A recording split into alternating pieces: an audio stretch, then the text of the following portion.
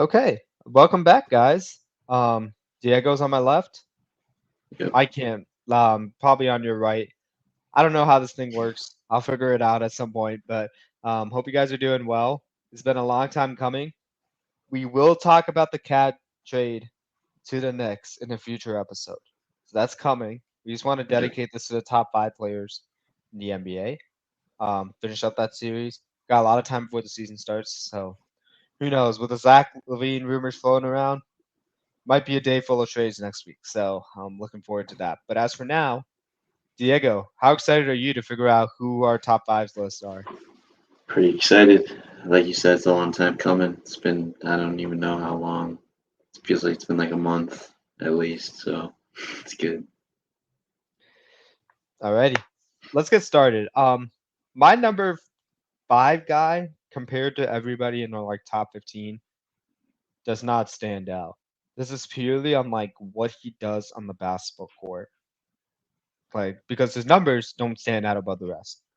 But this guy is 7 feet tall or close to it, 7 foot wingspan, shoot from the parking lot, shoot from 30 feet.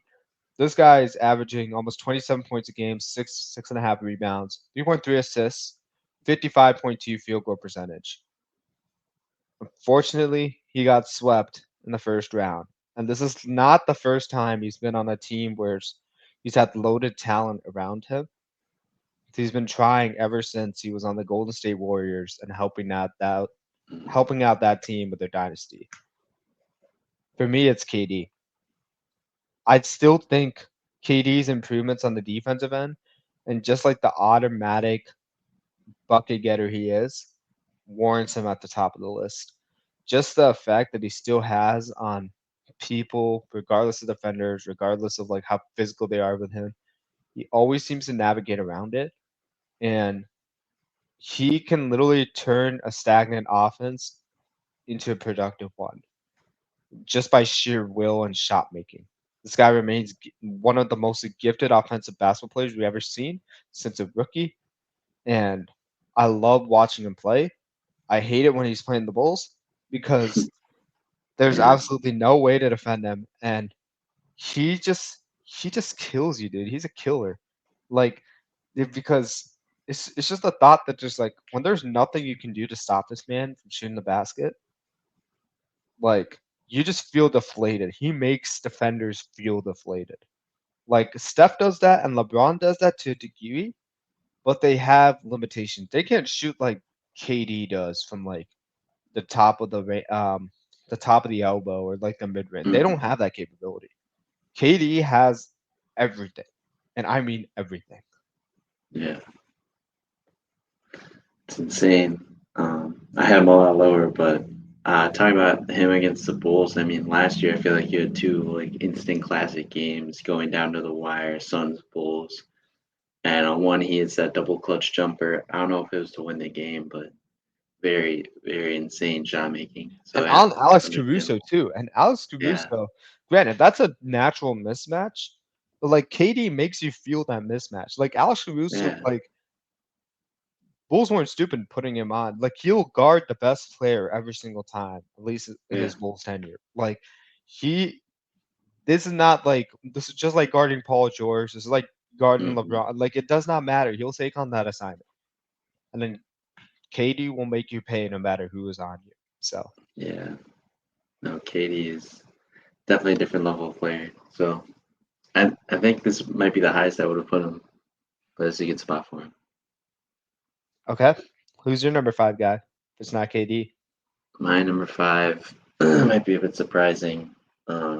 23 points per game score, 3.6 assists, 5.5 boards, 49.9 from the field, 35.4 from deep. 27-year-old slashing shooting guard, playmaking ability, clamps defensively, and can score at all three levels. It's Jaylen Brown, actually. Kind of wild. Our most recent finals MVP. I have some recency bias there. But I think just what he showed in these finals overall, and especially just the growth from how we've talked about how was it last year? Like he couldn't use his left hand, and really coming out and showing the league that he can do that, and winning like two MVPs, one for the Eastern Conference Finals and the Finals MVP. Yeah, I mean, I just think the aggressiveness and the defense, especially, is what impressed me. I mean, we all saw that clip of him telling Joe Mazzulla, like, whenever Luka's out there, I want to be out there so he can guard him. Just not being scared of the matchup or the moment, and especially after experiencing those times where he did kind of lose in that moment, or I don't know if he was scared against the Heat or whatever, but like knowing what could happen and then kind of realizing that moving forward, I think it's a big thing for him. So yeah, he's my number 5. I it's I'll spit the same thing back at you with my KD ranking. I think it's Yeah. a bit high. Mm, The only reason that gives me cause to pause on him is he's on a really loaded team right now, yeah. and a lot of what he's asked to do would not be what like a Kawhi or KD or like or even a Luka would be asked to do, like Yeah. because of his surrounding talent. So that certainly helps him out. I'm not taking any credit away from him. I just want to see him do it when you have like a Kawhi guarding you, or if you have like Mm, a Paul George guarding you. Can you yeah. still get to your left hand like that? Can you still get to your right hand for that? I feel for me, he is better in like the top 15, top 10. He had a Yeah. phenomenal season and phenomenal postseason at that. But I want to see him do it on like those level defenders because that Yeah. will tell me he's not like a confidence driven player. Because to me, a lot of his when he was like confident in himself and confidence with the matchup he was going against, Mm, he's a phenomenal player. But like especially early in his career and leading up into like that Warriors series and stuff, once people yeah. like had schematic ways to take him out of the game, you saw him play less confidently. Mm, So for me, I want to take a wait and see approach before I put him in this range. But I understand why you did it given the season he had. So yeah. um, I don't mean this to say like taking anything away from what he's done. Obviously, he deserved the MVP from Yeah. the finals run. He absolutely changed what the Celtics could do in the final series because he played with them himself. And got to give the credit to the player there. Yeah. Ready for the Oh, next one. okay. My number 4 guy is pretty high considering the season he had. Um, he played in 73 regular season games, so not bad Sure. at all. And his 3-point shooting is probably the worst in this group. Just be Yeah. honest here. But 30 points a game, 11 and a half rebounds, 6.5 assists, 61.1 from the field. This guy is absolutely phenomenal. He's still kicking it. His last game was in April against the Boston Celtics. Um, Even with his shooting woes from the 3-point line, I would still pick this player in a heartbeat because we talked about it last week with the impact on the team. This Mm, guy is impactful. He knows who he is. He doesn't try to play outside of that. He will still make you guard the entire length of the field. And he's gotten better at the 3-point shot, but he knows not to lean on that. He knows himself. Phenomenal defender, phenomenal shot blocker. Is none other than the most energizing wing in the league, Giannis Antetokounmpo. yeah. I think we're gonna have a really similar top 4 because I also have him here, and I guess only difference is that from what I said, like slashing point forward, all world strength, hustle. The shot needs work for sure, and a plus plus defender. Yeah, I agree. I've liked how he's kind of gotten away from the 3-point shot as much because it really just hurts. I mean, his mid range isn't terrible, but it's kind of a somewhat threat now. And I just think he's just still unstoppable at the rim and can get to the rim almost whenever he wants. So, especially once he developed that passing ability, that is what I think really helped him become a champion in 2021. Uh, yeah, I think that makes like the walling up technique on him kind of difficult. And so, yeah, very, very good pick here. If it wasn't for how bad they did in the playoffs because of injuries, the second straight year for him being out, I think he could be higher up on here. It depends, but yeah, the Bucks just had a tough season. I mean, switching coaches, injuries, and whatnot. So yeah, Dame wasn't really 100% either. And it was their first year together. Like Yeah, I look at this season as like the true barometer of how high the Bucks can go. I think a Hmm. lot of people are not talking enough about them because you got the Sixers with the exciting threesome they Yeah. have. You got the Celtics reigning champions. You got a lot of teams up like Pacers. But like people Yeah. forget there's some context with the Bucks you need to keep in mind. They're still like a very solid team, Hmm. and I don't think they have the chokers on their roster to really like accentuate what Doc Rivers can have on his teams as far as effects. And given that the players cannot rise above that, I think Dame and Giannis can rise above like what's what the choke artist label has been placed on Doc Rivers. So Yeah. I'm really high on the Bucks this year. I think Giannis is going to be a huge reason why, and Dame going to be a huge reason why. I think they're going to help each other out, and there'll be more opportunities for Giannis to have a greater impact than what he's had. So, really excited about his prospects. I know my top three is to be slightly different, especially at three, because you had already talked about this player. Um, this guy led the league in scoring, 10.8 assists, 5.7, sorry, 10.8 rebounds, 5.7 assists. Um, he's just been a constant force for the Sixers and one of the most absolute weapons at center.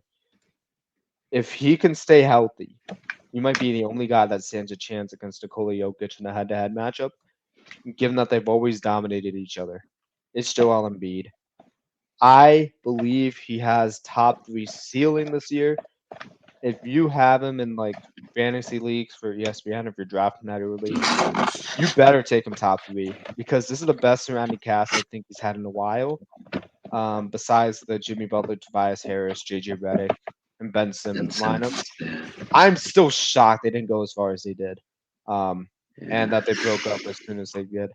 But this might be the best route. He's got the best coach situation Hmm. on top of it too. I think he is gonna go out on a mission and prove how dominant he is in this league. And I wouldn't be surprised if you see those assist numbers approach 7 or 8 this year.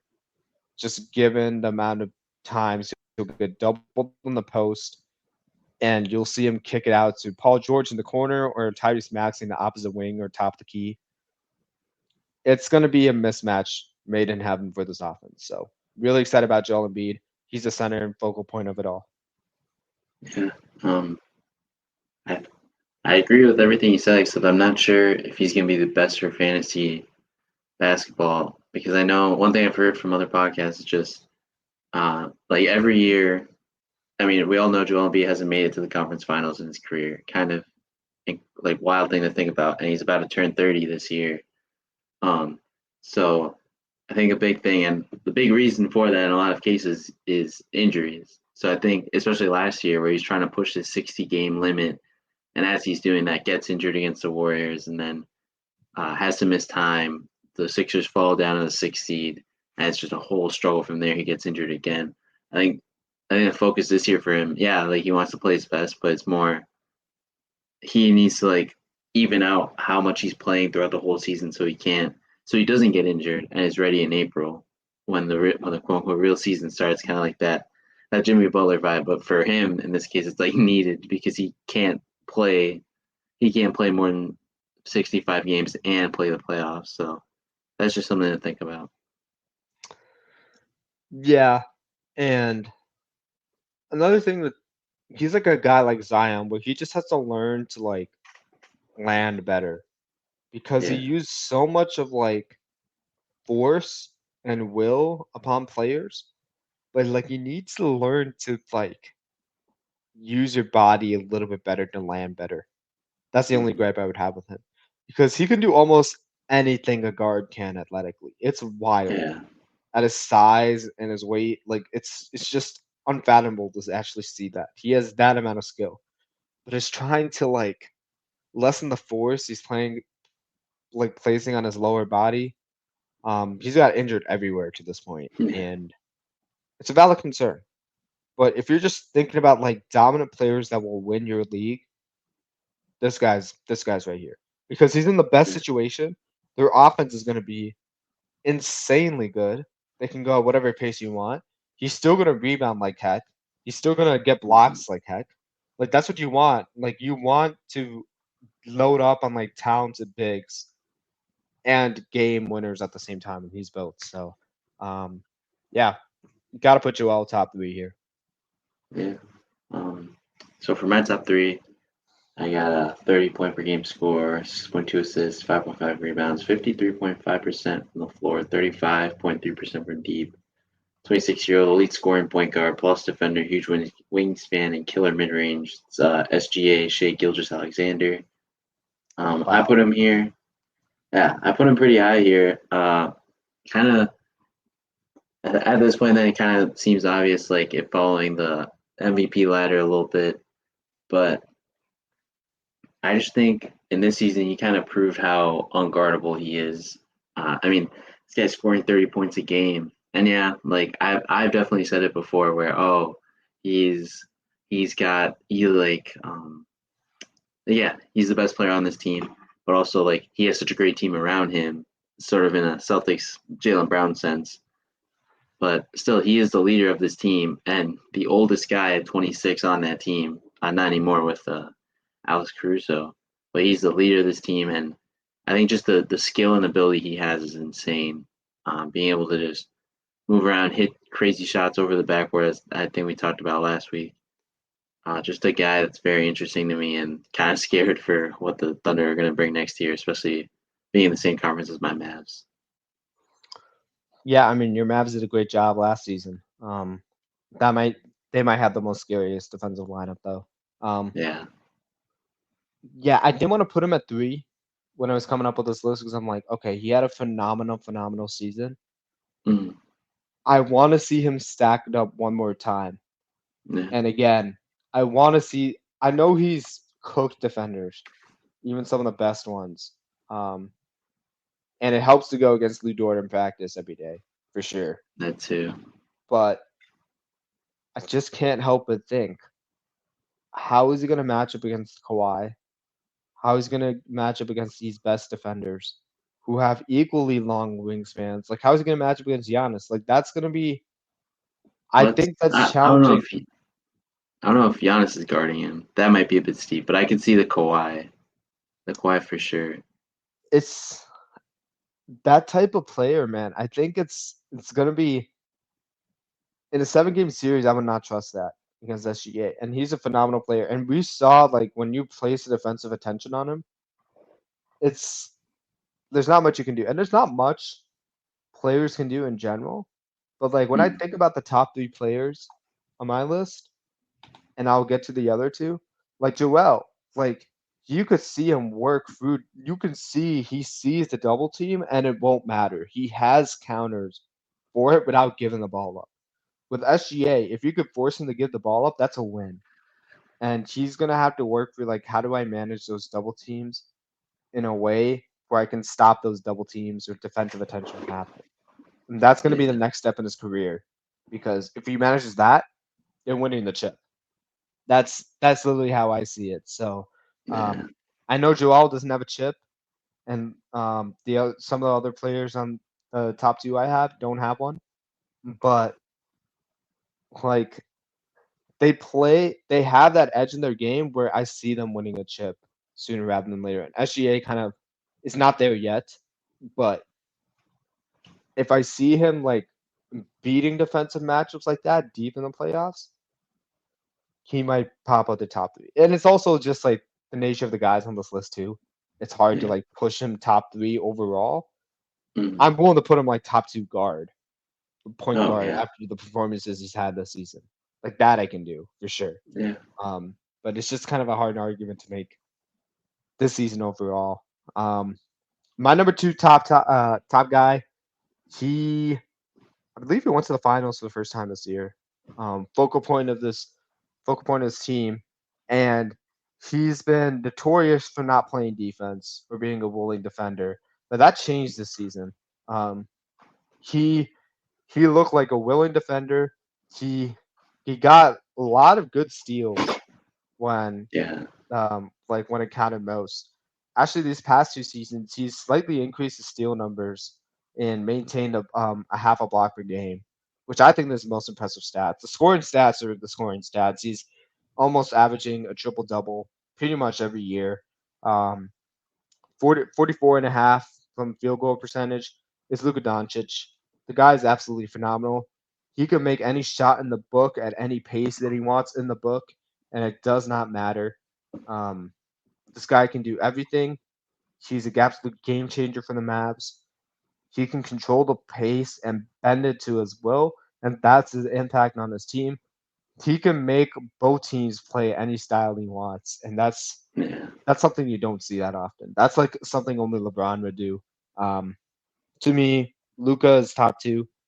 Um, he reminds me of another player that will be left to be named, but you could probably guess who it is as far Yeah. as like play style and impact, but from like limitless, he just has limitless range, and that's what adds to his value here too. So Yeah. And I mean, on my end, it's also probably pretty obvious that I would have Luka as well as my top two.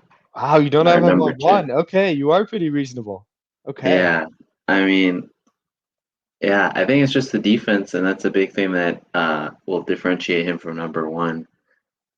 That this was probably his best defensive season by a country mile, and just the ability to really control the game, like we've said, and the way to make any pass, it's just very amazing. That like you were saying about Shea, like if you double team him, that's not gonna do anything really, unless you have like two, like they have to be two Giannis is double teaming him, who are maybe bigger, and then like quicker to possibly get to the ball. But no, it's very difficult to guard this guy. And I mean, the way he just like this one thing I remember from when we won the Oklahoma City series that night, I was watching with my friends and I was just yelling like, "No one thought we would be here, no one." And it's just especially because Luka brought a team.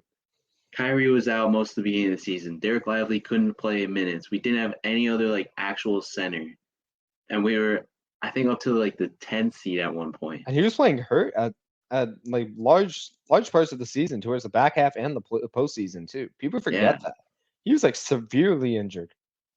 yeah, and this guy can make Derek Jones sign a minimum contract about a year ago to getting signed by the Clippers as like a normal. I think he signed a multi-year contract for like 9 mil a year from a minimum contract, man. Like Derek Jones is just a straight journeyman. Like anyone's picking him up to now. You can see he's a reasonable defender. Everyone knows about airplane mode. Like this is some He's stuff 27, that by the way. Just want to let you know. that's insane. I thought Derek Jones would be like 50 million years old, but I love Derek Jones. So just a guy that can make Dante Exum. That's all I have to say, man. Dante Exum was out of the league, and this dude with Luka shoots 50% in the regular season. Now postseason that was terrible, but you'll take what you can get. And that man hit a game winner on the Rockets, or a tying shot to go into overtime to then win the game in overtime. Just Luka Doncic can change the game. Like I can say all this, but I won't. We can't stop.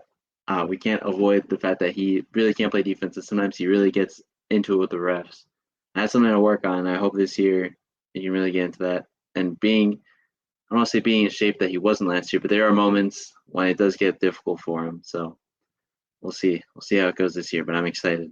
Media days also The been fact that really, he's doing this without being in shape and complaining to the refs, yeah, being the number two overall player for both of us, just like he's gonna right. win a championship someday, and He it's has gonna to. happen because of effort related things. Like Hmm. everything he's got to work on is just effort related. There's nothing Yeah. like him, Joel, and this last one we'll mention. Like they all have the skills to do anything, and nobody can stop them. Nobody on both ends. For Luca, he has to get there with the defense. He has all the skills to do it. He has the size, and he has the quickness when needed. He's got to mix it in with the effort because Yeah. the quickness and the effort is not translating right now. It's there at certain parts, and he's savvy. He's a very savvy guy. He can do it. Hmm. He's got to put the consistent effort and energy into it. My number Yeah. one guy, probably no surprise. He really should be winning MVP every single year in the league, Yeah. in my opinion. Um, it's Nikola Jokic. That's all I'm gonna say. He's the guy that you see everybody with a meme make fun of him because he's the most out of shape NBA player you look at.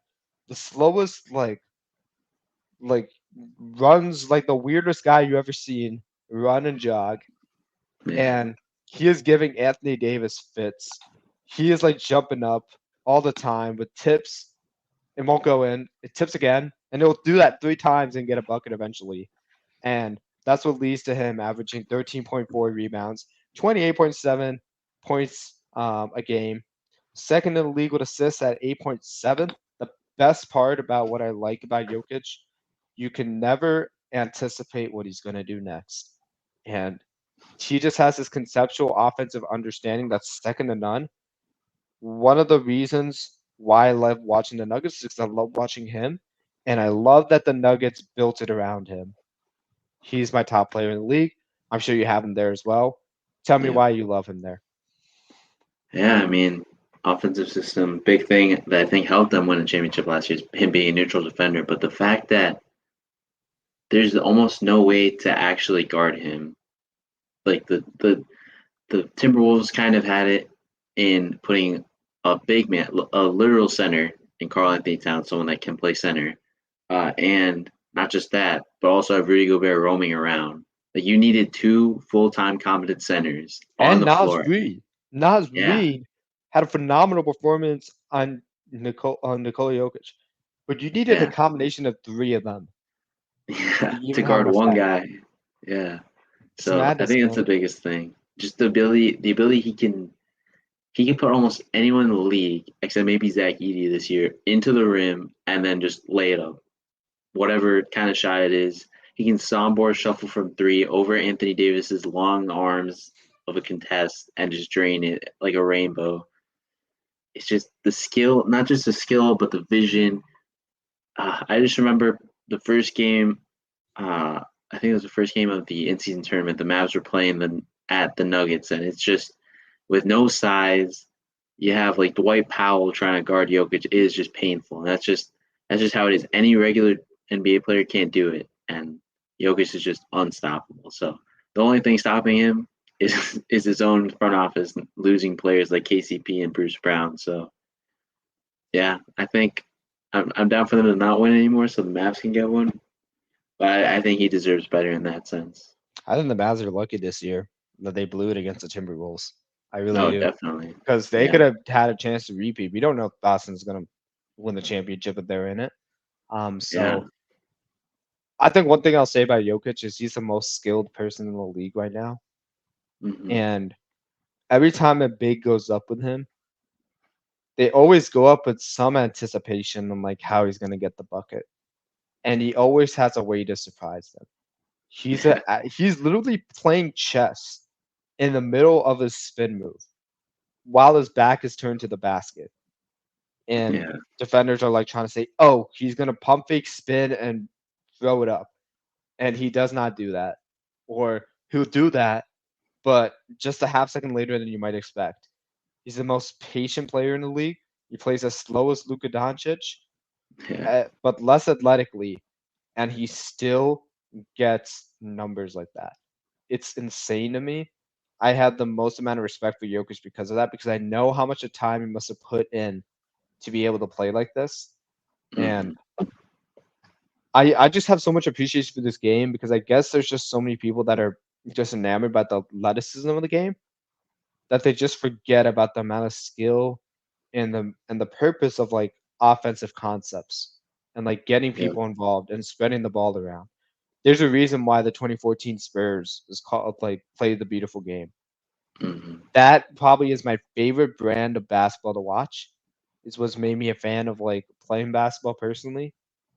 And seeing Jokic play reminds me of that because he No, forces that out of definitely. his teammates. Like you seen there when you see DeAndre Jordan try to emulate Jokic and become a better passer like that, you know something must be wrong because if Yeah, you've heard of DeAndre Jordan, you always associate him with Lob City, like on the Clippers. you do not associate him with like dictating offenses and like running like offensive actions from the block. Like that is not DeAndre Jordan. But Yeah. he's doing that because the impact Jokic has had. Like when we talk about impact and just like skill level, like especially at these top three, this guy's at the top of the list. Yeah. Yeah. Just can make any shot, and I think, yeah, he's just the only guy like him, and he's doing everything he can. So I think I don't want him to win another MVP because then he kind of gets to LeBron's level. It's kind of insane to think about him, Jokic having 4 MVPs, but he's definitely dominant in that sense. Yeah. I mean, nothing else to say here.